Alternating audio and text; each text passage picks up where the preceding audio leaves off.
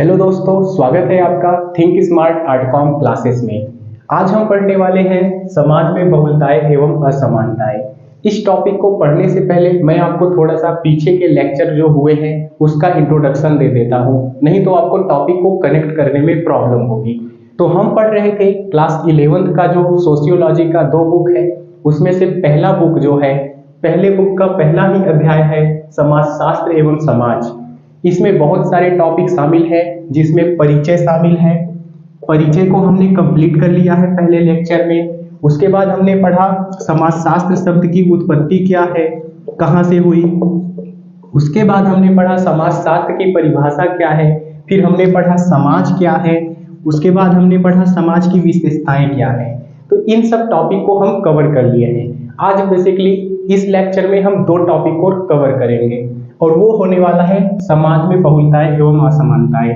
पहला ही टॉपिक हो जाएगा हमारा समाज में बहुलताएं एवं असमानताएं, और दूसरा टॉपिक हो जाएगा समाजशास्त्रीय ज्ञान एवं सामान्य बौद्धिक ज्ञान।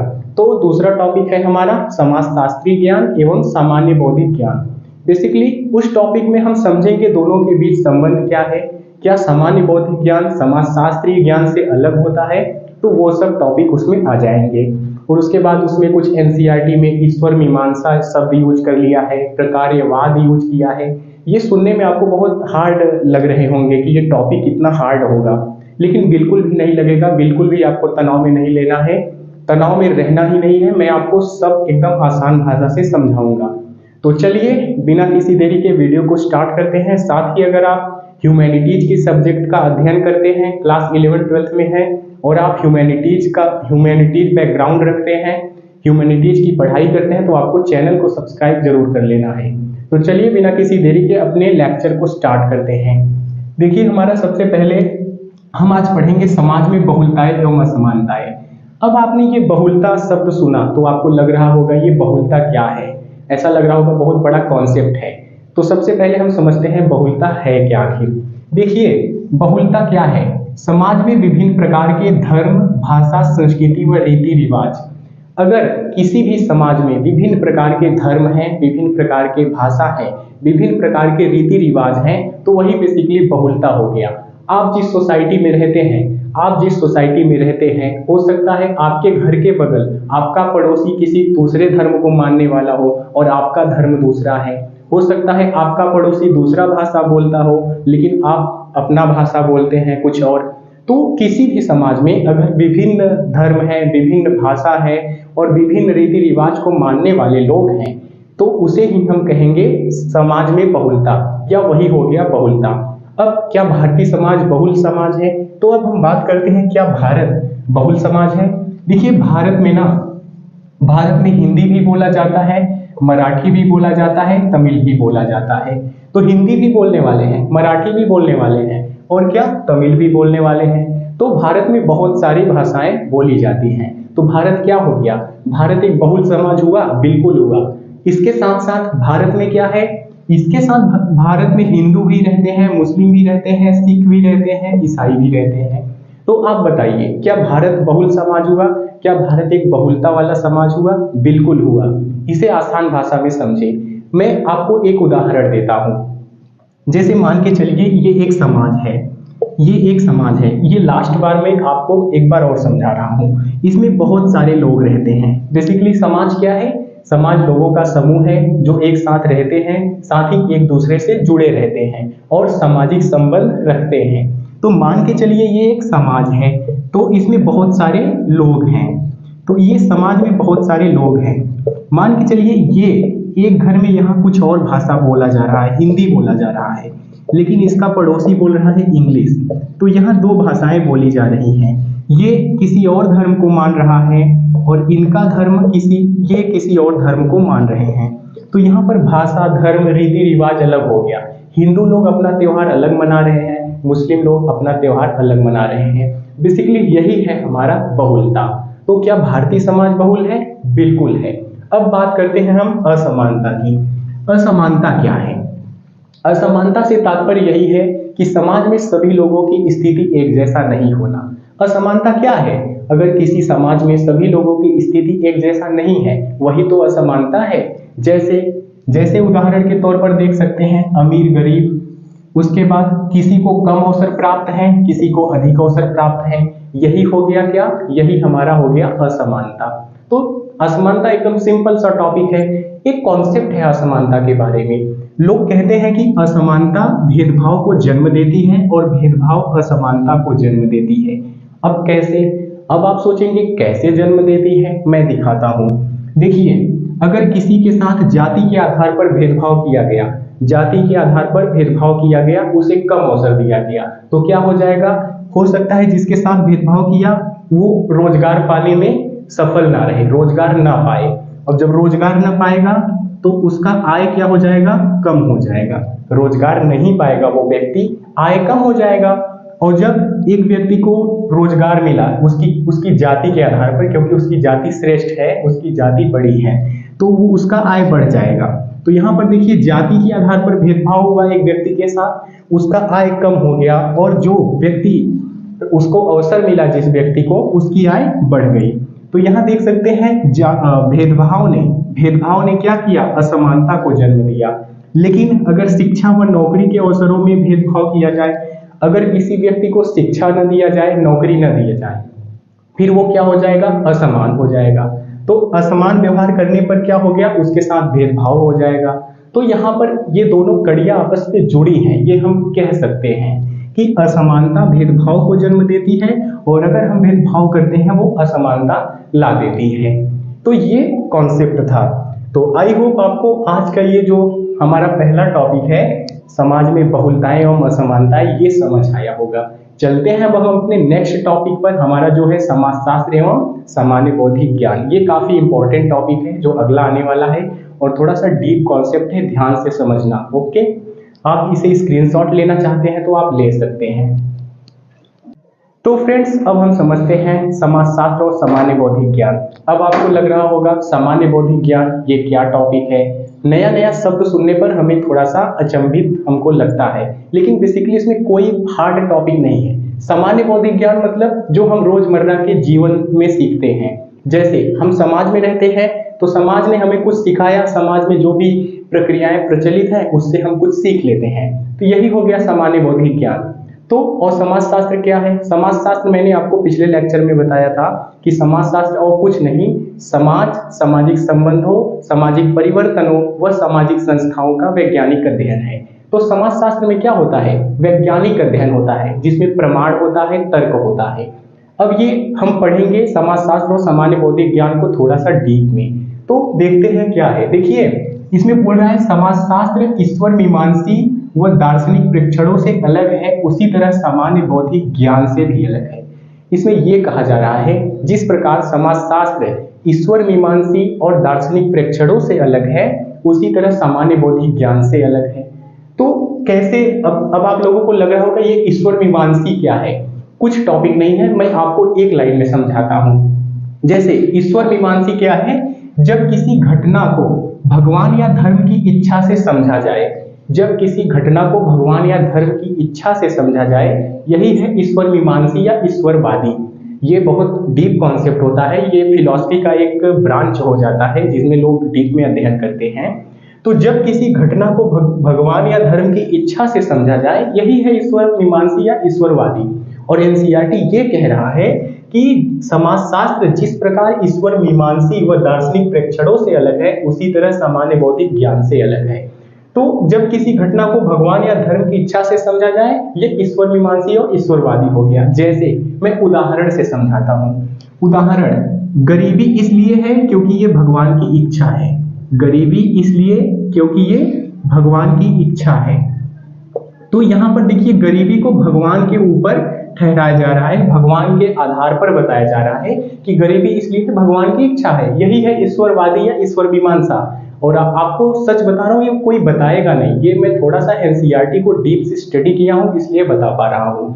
तो गरीबी इसलिए है क्योंकि ये भगवान की इच्छा हो, ये एक उदाहरण है। और उदाहरण ले सकते हैं, जैसे दुख इसलिए है क्योंकि भगवान की ये परीक्षा है। कहते नहीं है दुख है बाबा, दुख है, ये भगवान परीक्षा ले रहे हैं। तो इसे भी उदाहरण के तौर पर देख सकते हैं। तो ये हो गया ईश्वर मीमांसा या ईश्वरवादी। समाजशास्त्र ईश्वर मीमांसा से अलग है। ईश्वर मीमांसा में कोई तर्क नहीं होता, कोई प्रमाण नहीं होता, जबकि समाजशास्त्र में वैज्ञानिकता होती है, वैज्ञानिकता होती है, वहां तर्क होता है, प्रमाण होता है, आंकड़े होते हैं, आंकड़ों के अनुसार अध्ययन किया जाता है। और ईश्वर मीमांसा में आप देख रहे हैं तर्क कोई नहीं है, कोई प्रमाण भी नहीं है, सिर्फ बोल दे रहे हैं। दुख इसलिए है क्योंकि ये भगवान की परीक्षा है। अरे काहे के बाबा, अगर वहां समाजशास्त्र होगा क्या करेगा जानते हो? समाजशास्त्र इसके जगह देखेगा भाई दुख इसलिए है क्योंकि वहां की लाइफ की जो गुणवत्ता है वो कम है, रोजगार कम है और गरीबी है, इसलिए दुख है। तो समाजशास्त्र ये देखेगा, जबकि ईश्वरवादी बोलेंगे कि भैया गरीबी इसलिए है क्योंकि ये भगवान की इच्छा है। तो आई होप आपको ये ईश्वर मीमांसा थोड़ा सा जो टफ था वो सरल हो गया होगा आपके लिए। अब हम बात करते हैं दार्शनिक प्रेक्षण की। एनसीईआरटी ये भी कह रहा है कि भैया समाजशास्त्र दार्शनिक प्रेक्षणों से भी अलग है। अब आप सोचेंगे ये दार्शनिक प्रेक्षण क्या है? आप देखें नहीं कहते ये फिलोसफर है, ये बड़ी अच्छी बातें करते हैं। आपको बातें उनकी अच्छी किस आधार पर लगता है? क्योंकि वे तार्किक बातें करते हैं। तो दार्शनिक प्रेक्षण में क्या होता है? विचार होता है, तर्क होता है। यहाँ देखिए लिखा भी है, मैंने लिख भी लिया है, जिसमें लोग समाज को विचार और तर्क से समझते हैं, लेकिन उसमें वैज्ञानिक प्रमाण जरूरी नहीं होते। मतलब जिसमें समाज को सिर्फ तर्क से समझते हैं, विचारों से समझते हैं, लेकिन उसमें प्रमाण नहीं होता। अब हम निष्कर्ष निकालते हैं। कुल मिलाकर ये यही कहना चाहता है कि समाजशास्त्र क्या है? समाजशास्त्र वैज्ञानिक अध्ययन है, जिसमें क्या होता है? प्रमाण होता है और तर्क भी होता है और आंकड़े भी होते हैं। तो यहाँ पर प्रमाण होता है, तर्क होते हैं और आंकड़े होते हैं। तो कुल मिलाकर अगर हम निष्कर्ष निकालें, कुल मिलाकर तो यही निकल रहा है। ईश्वरवादी में भी यही हो रहा है। ईश्वरवादी में क्या हो रहा है? इसमें कोई तर्क प्रमाण है नहीं, और दार्शनिक प्रेक्षणों में तर्क तो है, विचार है, लेकिन प्रमाण नहीं है। लेकिन समाजशास्त्र में क्या है? वैज्ञानिकता भी है, प्रमाण भी है, तर्क भी है।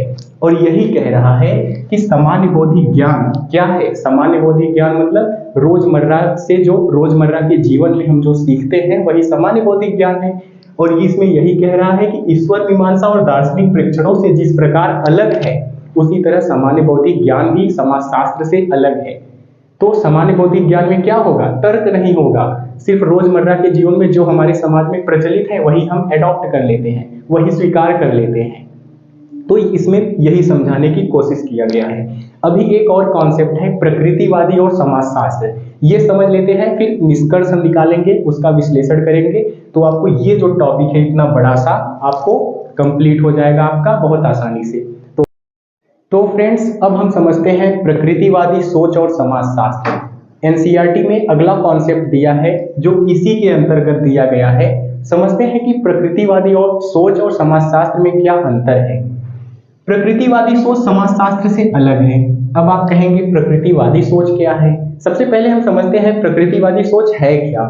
किसी घटना को जन्मजात मानता है या प्रकृति से मानता है। प्रकृतिवादी सोच और कुछ नहीं है, यह किसी भी घटना को जन्मजात मानता है, यह प्रकृति से रिलेटेड मानता है। कोई भी घटना हो वो जन्मजात मान लेता है। जैसे कोई व्यक्ति गुस्सा करता है, अगर कोई व्यक्ति गुस्सा करे तो प्रकृतिवादी सोच क्या मानेगा? ये हार्मोन्स का प्रभाव है, ये जैविक प्रोसेस में होता है। कोई व्यक्ति गुस्सा करता है, हार्मोन्स का एक कारण है। जबकि समाजशास्त्र कहेगा ये उसके समाज परिवार से सीखा हुआ व्यवहार है। समाजशास्त्र क्या कहेगा? ये उसके समाज परिवार से सीखा हुआ व्यवहार है। यानी प्रकृतिवादी सोच किसी को जन्मजात मान लेता है, किसी भी घटना को जन्मजात मान लेता है और ये मानता है कि इसमें बदलाव संभव नहीं है। प्रकृतिवादी सोच मानता है कि इसमें बदलाव संभव नहीं, किसी भी घटना को ये मान लेता है कि इसमें बदलाव संभव ही नहीं है। जबकि समाजशास्त्र कहता है भैया ये कुछ नहीं, ये समाज और परिवार से सीखा हुआ व्यवहार है। मतलब समाजशास्त्र समाज के बारे में अध्ययन करता है, समाज के वैज्ञानिकता पर बल देता है, जबकि प्रकृतिवादी सोच सिर्फ मान लेता है चीजों को। ये क्या करता है? ये समाज को व्यवस्थित रूप से अध्ययन करता है, आंकड़ों के अनुसार, आंकड़ों के हिसाब से देखता है क्या चीज सही है क्या गलत है। तो आई होप आपको ये प्रकृतिवादी सोच और समाजशास्त्र समझ आया होगा। अब हम कंक्लूड करते हैं, निष्कर्ष निकालते हैं कि समाजशास्त्र और सामान्य बौद्धिक ज्ञान क्या है। मतलब ये एनसीईआरटी बताने की कोशिश क्या कर रहा है। तो हम इसे मिटा देते हैं, अगर आपको स्क्रीनशॉट लेना हो तो ले सकते हैं। तो अब हम समझते हैं कि ये आखिर एनसीईआरटी इस टॉपिक में कहना क्या चाहती है। देखिए, एनसीईआरटी थोड़ा सा टफ भाषा यूज करती है, लेकिन उसे हम आसानी से समझ भी सकते हैं अगर आप थोड़ा सा धैर्य बनाकर समझे तो। मेरे भावनाओं पर जाओ आप, मतलब मैं कहना क्या चाहता हूँ। देखिए, सामान्य बौद्धिक ज्ञान क्या है? सामान्य बौद्धिक ज्ञान बेसिकली कुछ नहीं है जो हम अपने समाज में रोजमर्रा के जीवन से सीखते हैं। समाज में जो रोजमर्रा के जीवन से सीखते हैं, रोजमर्रा के जीवन से सीखते हैं। अब बताइए, अगर हम कोई भी चीज रोजमर्रा के जीवन से सीखेंगे, अनुभवों से सीखेंगे, क्या उसका सत्य होने की संभावना है? हो सकता है वो पूर्वाग्रह से ग्रसित भी हो। जैसे समाज में जाति व्यवस्था है, तो ये क्या है? व्यक्ति, ये जाति व्यवस्था गलत है, तो व्यक्ति आता है समाज में रहता है, तो वो भी मान लेता है कि जाति गलत है, इसका कोई वैज्ञानिक अध्ययन नहीं करता। लेकिन अगर वो समाजशास्त्र को पढ़ेगा, कहेगा नहीं जाति व्यवस्था गलत है, तो समाजशास्त्र क्या करता है? किसी भी घटना को वैज्ञानिक तरीके से अध्ययन करता है, उसको प्रमाण ढूंढता है, तर्क के आधार पर सोचता है, फिर निष्कर्ष निकालता है। जबकि सामान्य बौद्धिक ज्ञान क्या होता है? यह समाज के रोजमर्रा के जीवन के आधार पर होता है। ये खोजता नहीं है, वैज्ञानिक प्रमाण नहीं खोजता है, यह मान लेता है कि भैया ये ऐसा होता है। तो इसकी संभावना है कि सामान्य बौद्धिक ज्ञान क्या हो? पूर्वाग्रहों से ग्रसित हो। यह पूर्वाग्रह से ग्रसित भी हो सकता है। पूर्वाग्रह मतलब स्टीरियोटाइप्स, जैसे हम कुछ भी किसी के बारे में पहले से ही कोई धारणा बना ले। जैसे हम धारणा ये बना ले कि उस समुदाय के लोग गंदे होते हैं, उस समुदाय के लोग अच्छे नहीं होते हैं, तो यही है पूर्वाग्रह। पहले से ही कोई धारणा बना ले कि वो व्यक्ति गलत है, वो व्यक्ति गलत ही है। हो सकता है उसमें कुछ अच्छाइयाँ हो, लेकिन हम मान लेते हैं कि वो व्यक्ति गलत ही है, तो यही है पूर्वाग्रह। तो सामान्य बौद्धिक ज्ञान कुल मिलाकर समाजशास्त्र क्या करता है? समाज का वैज्ञानिक तरीके से अध्ययन करता है। सामान्य बौद्धिक ज्ञान क्या होता है? यह रोजमर्रा के जीवन के आधार पर होता है। रोजमर्रा के जीवन से जो भी सीखता है उसे एडॉप्ट कर लेता है, और यह पूर्वाग्रह से ग्रसित भी हो सकता है। इसलिए समाजशास्त्र सामान्य बौद्धिक ज्ञान से अलग होता है। इसलिए समाजशास्त्र सामान्य बौद्धिक ज्ञान से अलग होता है। इसे मैं बार बार रिपीट इसलिए कर रहा हूँ क्योंकि ये थोड़ा आसानी से नहीं आने वाला है, क्योंकि मैं भी जब पढ़ा था मुझे भी नहीं आया था। तो आज हम 2 टॉपिक कंप्लीट कर चुके हैं। पहला हमने पढ़ा कि समाज में बहुलता एवं असमानता, समाज में बहुलता एवं असमानता। उसके बाद हमने पढ़ा सामान्य बौद्धिक ज्ञान एवं समाजशास्त्र, सामान्य बौद्धिक ज्ञान और एवं समाजशास्त्र। तो ये दोनों टॉपिक हमने कवर कर लिया है। आई होप आपको ये टॉपिक समझ आया होगा। आज की इस वीडियो को हम यही एंड करेंगे।